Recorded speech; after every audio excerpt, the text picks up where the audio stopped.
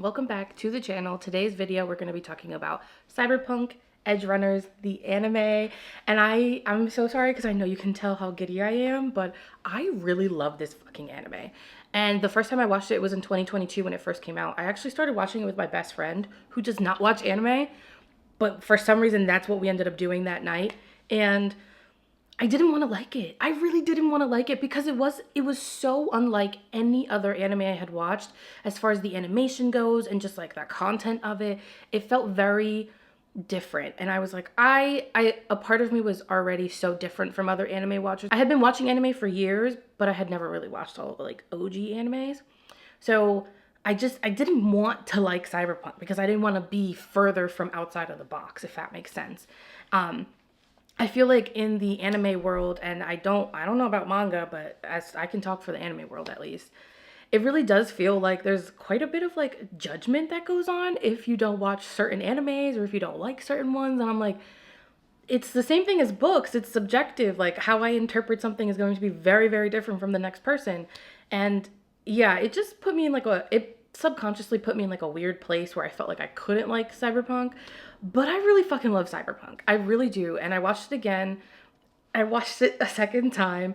I think it was at the beginning of this year, and I've watched it a third time now recently. The little nuggets that I pick up every time I have watched it again, they're just adding to how impactful the show is. They're just adding to how much the show is sticking with me to the point where I think about the ending of Cyberpunk all the time. All the time. It'll just like randomly pop in my head and I'm like, hey, yo, that ending was crazy. It just was like, it really, really hit me. I have no idea why I relate so much to Cyberpunk, but it just hits me every single time I think about it. And when I've watched it, it has the same impact on me. I am affected, to say the least. All right, so if you've never heard of Cyberpunk, which I'm so glad to be the one to introduce it to you, you have this futuristic, very reliant on cyber world. Specifically, we're in Night City. In this city, almost everybody has some type of augmentation done to their body in the shape of chrome. It's basically they're just like chroming up. So they're adding special hands, special arms, like giving themselves speed and this and that. And everybody's cutthroat. Everybody's trying to get a one up on the next person. It really is. There's really not much to smile about. There's really not much happiness in Cyberpunk. Any sense of like levity or like a little tinge of happiness that I maybe picked up on came from very small moments, and it was very small moments of happiness that it gave me because the show kind of just starts off and it's telling you like, hey, yo, this is doom and gloom. Like things are about to get real. It's going to be hard. You're going to be devastated. Just if you're ready for that, strap in. And it's really up to the viewer to be like, all right, I'm ready. Strapped up. Let's go. Which I strapped in 3 times because I really like the show. In Night City, you have David. David is this young kid. He's going to school. His mom, single mom, is doing everything she can and certain things that she shouldn't be doing in order to get him into this elite school and keep him there, because it's very expensive, of course, because she wants him to have the opportunity to have a better future, maybe not have to like scrounge for change all the time and like barely getting by. She wants better for her kid, so she's willing to do things that she shouldn't in order to make that happen. Now, very first episode, off rip, David loses his mom in a shootout on the highway, and they themselves are not directly related to the conflict. It was like a gang shootout, and they were collateral damage, basically. But his mom works for like health insurance company, not health insurance, kind of like paramedics, basically. She works for the company, and that company sends people out to treat some of the injured in this shootout and all of that. They see that Gloria, his mom, is pretty much on the verge of death.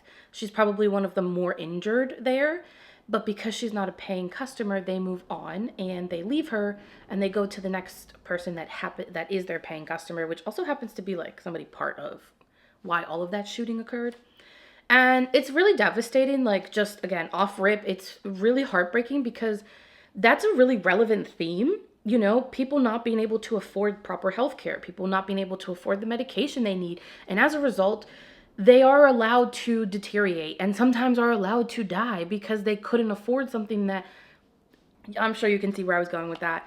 But that's how David loses his mom, and they're trapped in the car, so he literally watches his mother pass away. And it's devastating.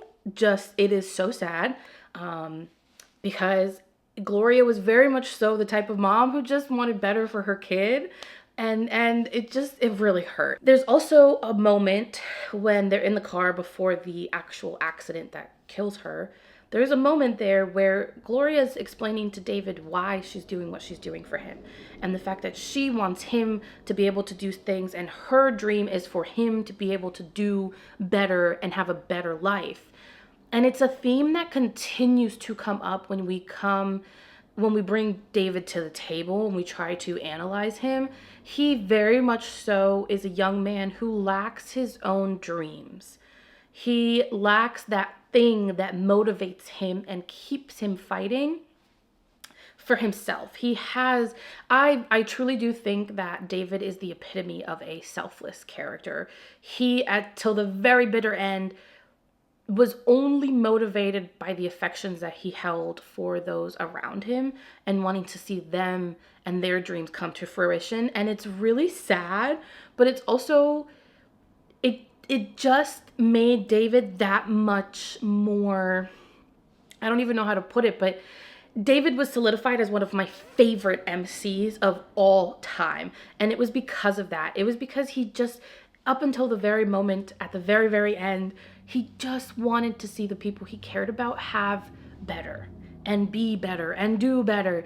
And it's just really sad because that's what his mom wanted for him. And it just, like, even talking about the show in hindsight, I can't help but get emotional because I think it was executed so fucking well that I can't help but remember how I felt when I was watching it, and it still just feels just as fresh, which is crazy to me. But that is evidence of how good that show is, in my opinion. That's just my opinion, of course. Now, so David loses his mom. He's, identifying her body, grabbing her stuff and all of that, and he happens upon a piece of tech that his mom had acquired on one of the jobs she was out on, and she wasn't supposed to have kept it. But come to find out that that's what she was doing. Like, when she could keep certain things without harming others, she would keep them and then sell them in order to keep David in school because, again, his school's really expensive. So David finds this piece of equipment, and at first it seems like he's going to try to sell it. He's going to try to get rid of it. He finds out that it's a Sandevistan, which is a very high-powered, overpowered piece of equipment, and that most people can't handle the implant because it will affect how their body reacts to it, and inevitably will lead to cyberpsychosis. I will come back to that term later on when it's more relevant. So in the end, he decides he's going to keep it. He's going to implant it. In all of that, he meets Lucy, who is an edge runner. She's just like a cyber mercenary. Yes, there we go. With a very weird, dark, mysterious past. She meets him, and their relationship starts off in such a weird way. The first time I watched it, I was so fucking confused because she kind of like, not almost immediately, but she does open up to him. She tells him about her dreams. Just hang on to that because the themes of like motivation in this are just fantastic. She tells him about her dream and what she wants to achieve, and how even if sometimes your dream can be unachievable, it's good to have one because it gives you something to work towards. And like Lucy is very much so like worldly, and you can kind of tell that she's, she is of the street. She's had experience out there fighting for her life, whereas David very much so is, it gives you the impression that he's had a more sheltered life because that's what his mom was really trying to give him. So she plays him, she betrays him. It's not funny, I'm sorry. And that's how he comes to meet the crew that he becomes a part of. And we come to find out later on that what Lucy did, maybe she didn't do it with the best intentions, but she never lied to him. Nothing that they experienced when they were in that moment was a lie. She's a very manipulative character. In the beginning, it's quite interesting to see how that played out, actually. And then ultimately, her and David do develop a relationship. And there's just something about David and Lucy that is not like your conventional, orthodox romantic relationship, like they do not bring the better out in each other. They do not necessarily make each other want to be better. Okay, it's not that. So like there's a scene where David gets abducted and Lucy breaks him out of the like ambulance or whatever, and she's on top of him on the stretcher, and they're like backwards, going backwards on the highway. It's really fucking weird, but the scene was done impeccably. It was so good. And you can see the moment that David falls in love with Lucy because he's not worried about anything going on, considering there's cars speeding by them and they're going the wrong direction. He's just looking into Lucy's eyes, and that is the moment you can tell that he falls in love with Lucy. And from there on, she is his North Star. She is a point for him to achieve. He's constantly trying to get closer to her.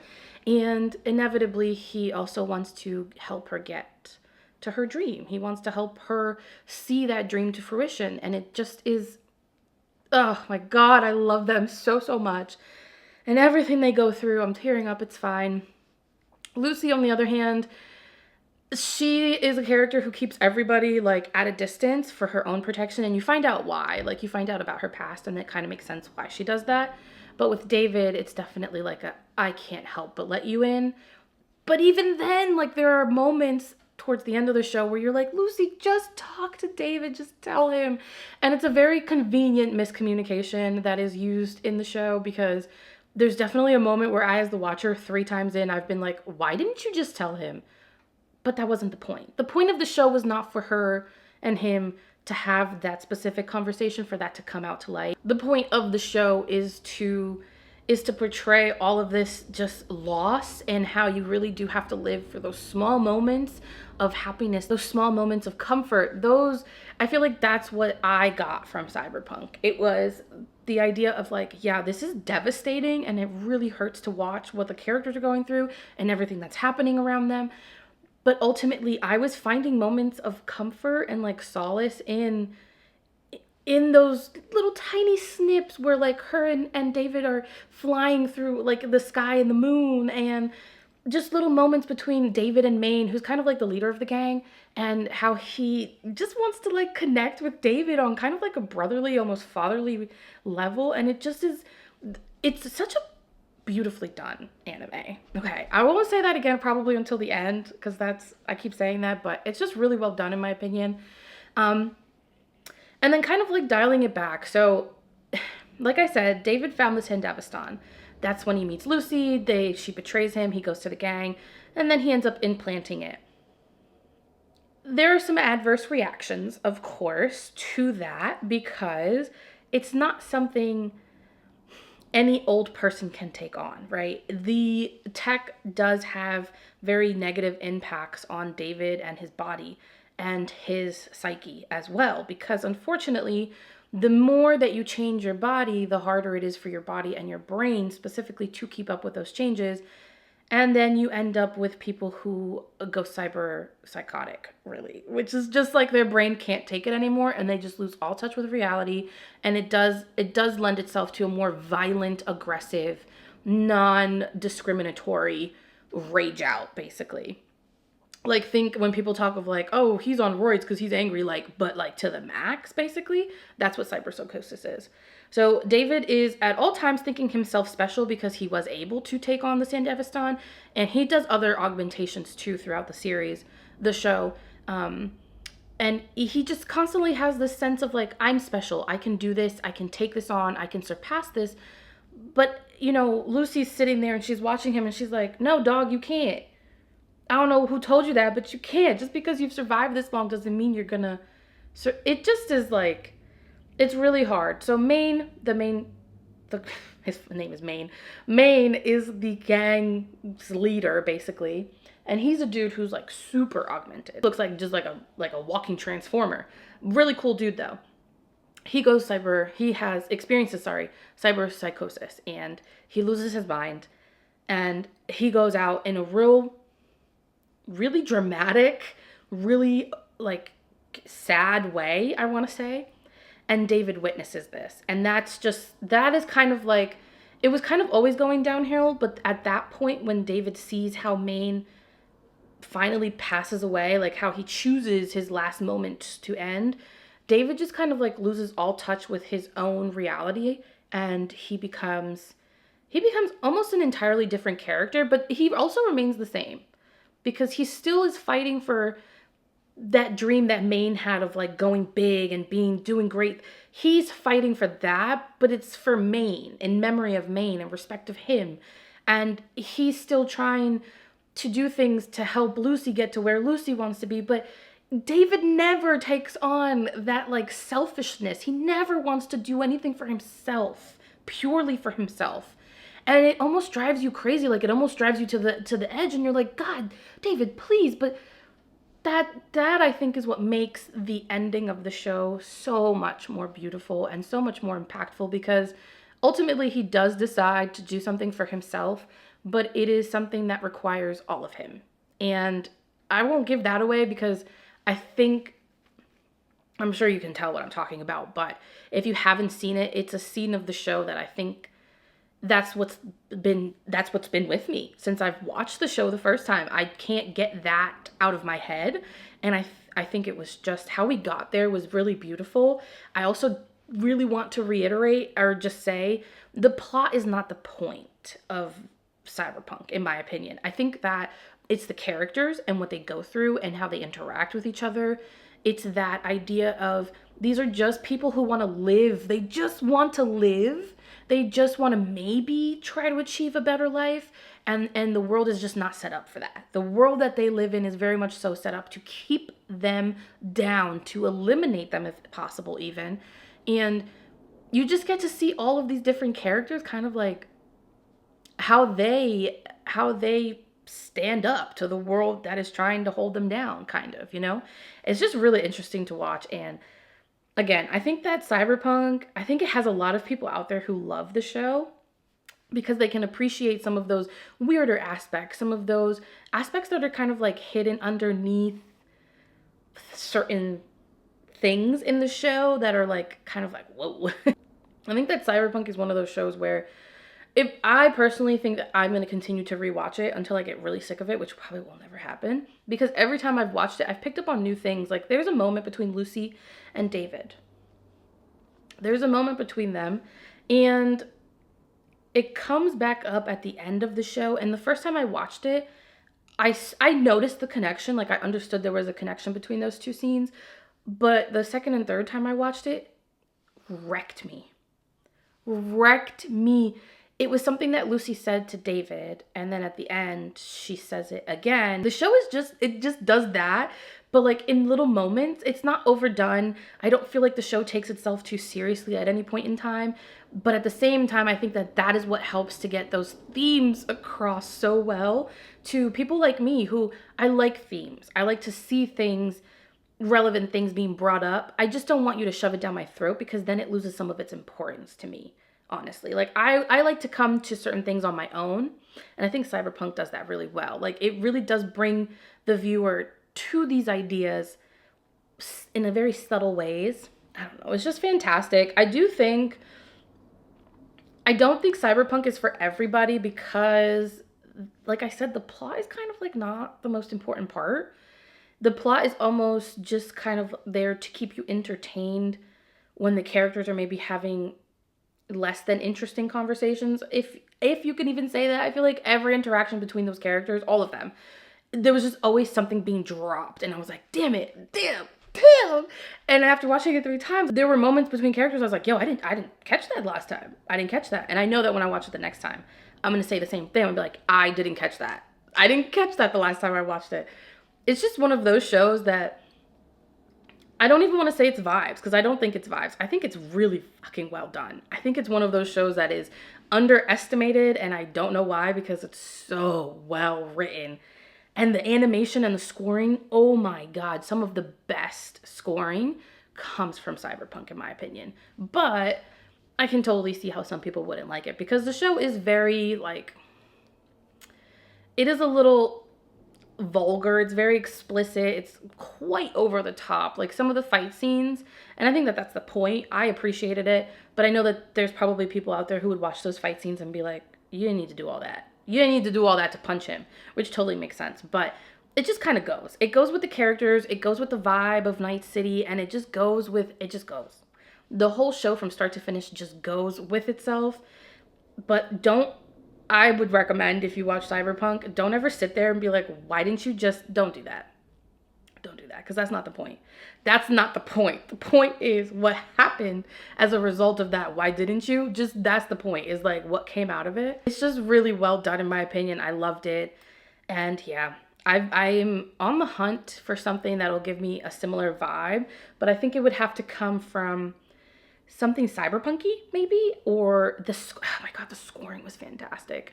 The music when Lucy and David are on the moon. When I tell you that that show makes me cry, like I'm tearing up. Cyberpunk Edge Runners has weaseled its way into my heart, and I don't think I will ever forget that show. And the first time I watched it, I cried. I definitely bawled my eyes out the first time I watched it, but it was kind of like I was fighting it. The second time I watched it, it was like, I want to watch it. I like this show and I want to rewatch it. Devastated me. I was a mess. I couldn't wrap my head around how you could create something so emotionally devastating and then still leave me feeling like I got closure. It just is fantastic. And I am only grazing the surface of this, to be honest, because there's so many more characters that were so important.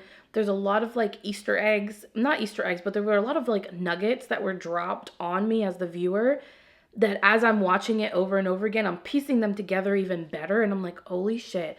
And I'm sure that there's people out there who probably watched it the first time and they got everything they needed to get out of it. I'm somebody who likes to kind of like marinate in things, and that's when I start to like grasp all of the things that you were throwing at me the first time. Usually on the second, third, 10th time is when I start to like really understand everything.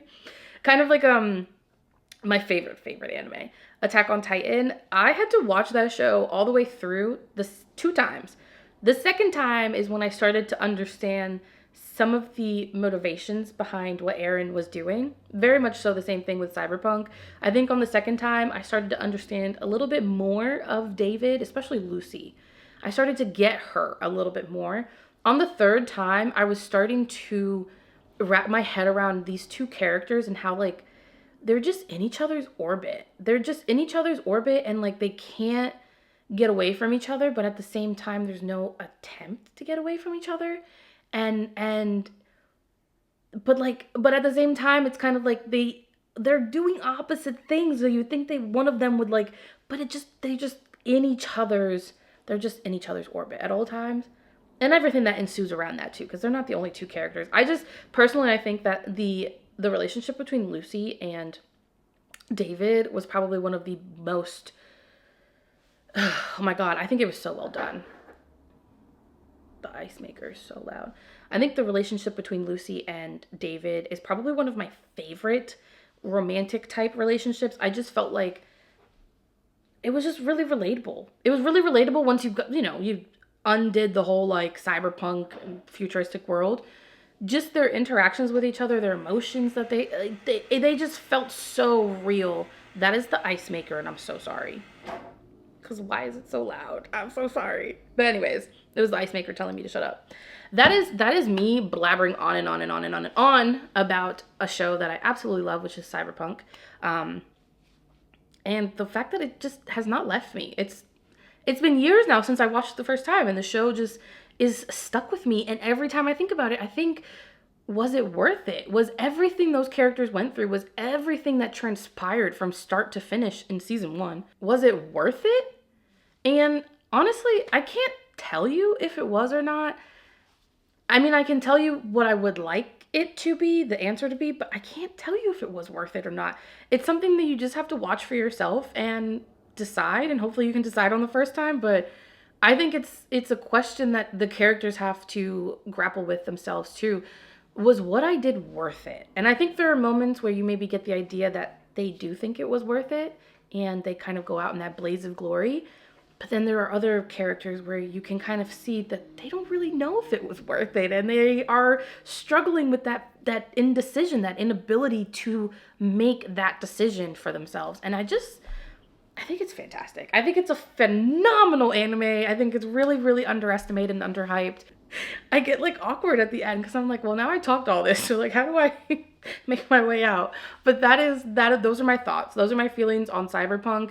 If I could go way more in depth, by the way, I could do a way more in depth review, like not review, but just this thoughts of the show if you want. But that's what I have for right now because I want to watch it again.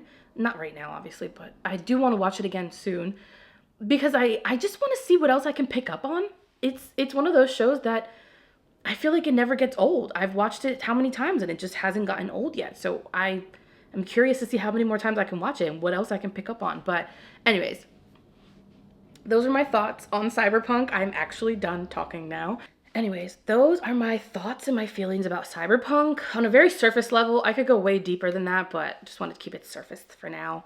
Let me know if you've watched it. If you have, thoughts. I don't, if you didn't like it, that is perfectly okay. I can still have a conversation with somebody who didn't like something that I loved.